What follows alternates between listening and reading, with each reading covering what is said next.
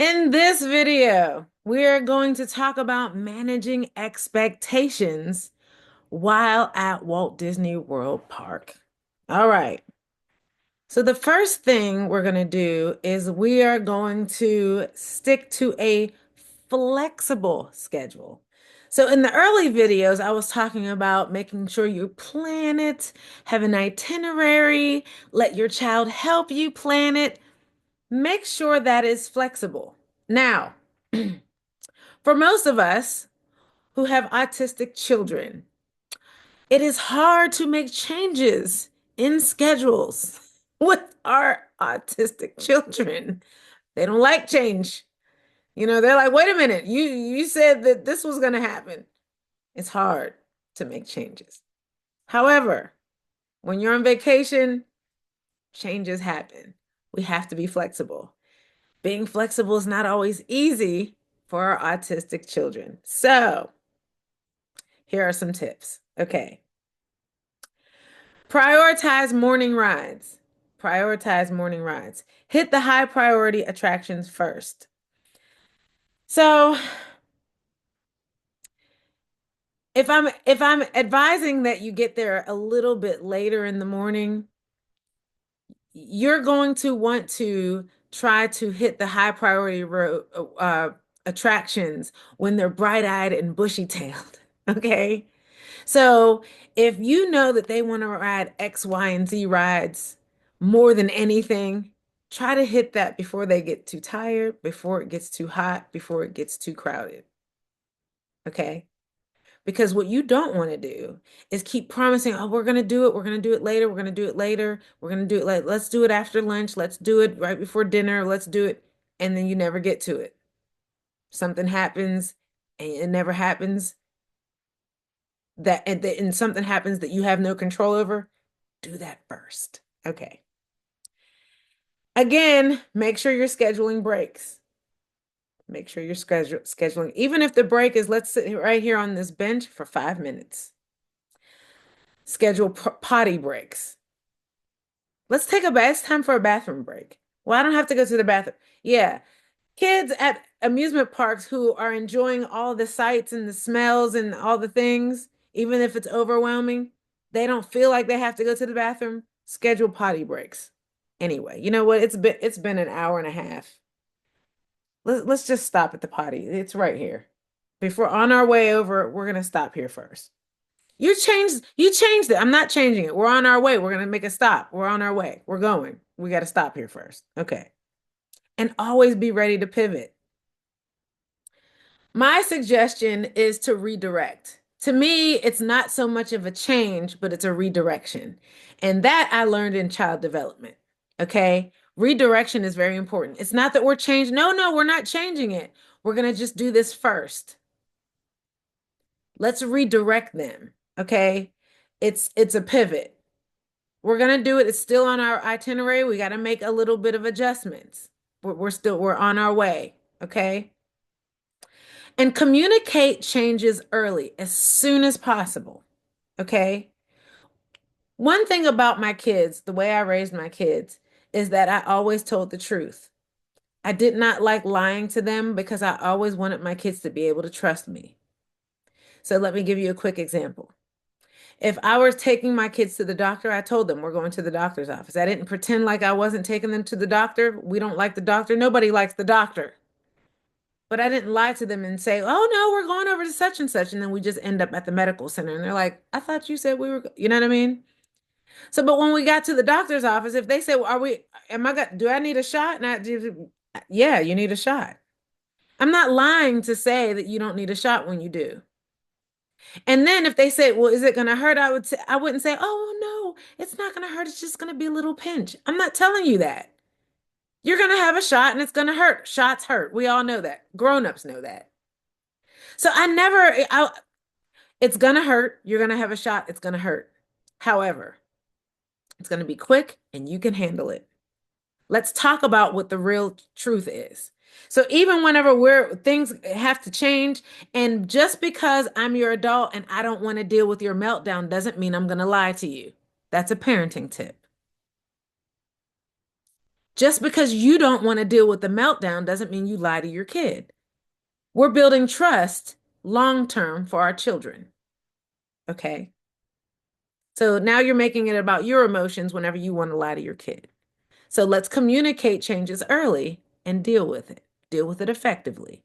Listen, sweetie, I know we were on our way to such and such ride. The ride is not working right now. So we're going to do something else. Now, I know you're upset. Let's talk about your feelings and your emotions. It's upsetting whenever we can't do something we want to do. Now, this is what we're going to do instead. We're going to go to some of the other rides that you wanted to ride, and we're going to come and check back later on and see if it works, okay? But right now, we're just going to do something else. I know you're upset.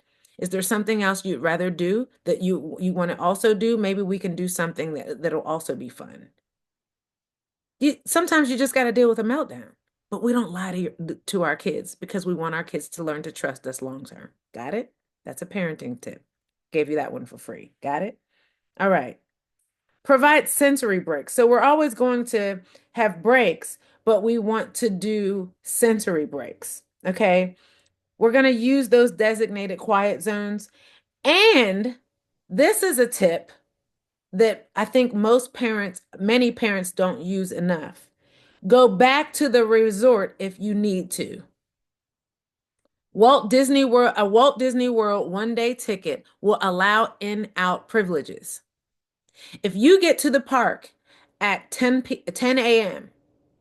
and you're there for 3 hours, if you're there until, I don't know, 1 o'clock, and you can tell your kid is exhausted and overwhelmed, leave the park, get on that train, that tram, get in your car, drive back to the resort because your kid needs a good hour, hour and a half of quiet in that resort.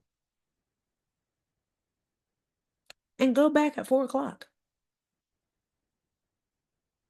Let them recharge in the hotel room in the quiet. Let them drink some water. Let them rest. Let them go for a walk. Let them close their eyes in the bed on the couch at the resort. That's all. You can go back to the park. And if you parked in the park, you still have your parking stamp ticket thing from your car, your dash, they should let you back in. Don't quote me on that. But see if it shouldn't be a problem, right? Utilize that so that you can go and see the fireworks. You can't miss the fireworks show. It's awesome. Make sure you plan your meals wisely. I want you to make sure you plan your meals wisely. You can't vacation the same way with your kids the same way you do. So this is what I mean. When you're on vacation with your girls, with the guys, we eat whatever. Think about it. We eat stuff and drink stuff on vacation that we don't normally drink. We're like, well, I'm on vacation. Yeah, give me another round, right? Yeah, yeah, I want cake. Of course, I'm on vacation. I want cake. Give me some extra fudge on that, right? Yeah, I want fries. Put cheese and bacon and whatever else on them fries, on them chips, whatever, on those on those nachos, all of it, right? Keep them coming. But when you're on vacation with your child, they can't, their little bodies, all the sugar, all the fried foods that they're not used to having, you're asking for it.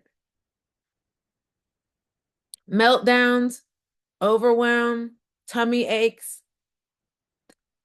all of it, their bodies can't handle it, especially children with autism. They have sensory issues on the inside as well as their actual senses. It's one thing for them to have to deal with the lights and the sounds and the crowds. It's another thing if you're overloading them with things that they can't handle. Sugar, extra fried foods, extra this, extra that. Consider their foods. Choose meals wisely. Got it? Another thing is that we're talking about in each of these videos, I've been talking about, you know, uh, waiting in line. At some point, you got to wait in line. It's just going to happen. Okay. Okay.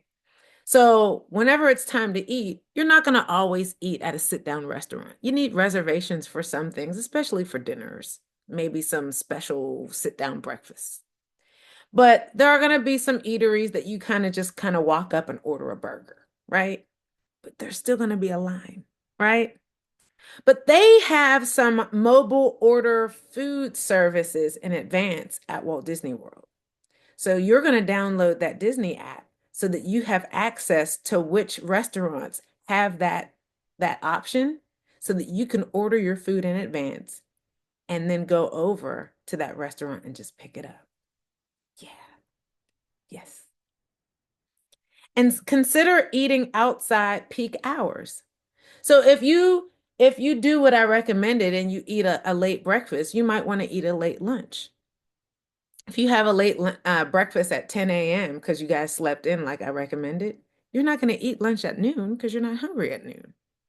You might eat lunch at 1:30 or 2. Well, the lunchtime crowd is over at the park, so maybe there's not as much of a crowd or a line over at the restaurants whenever you get to the actual park. Okay. So I hope these tips help, and I'll see you in the next video.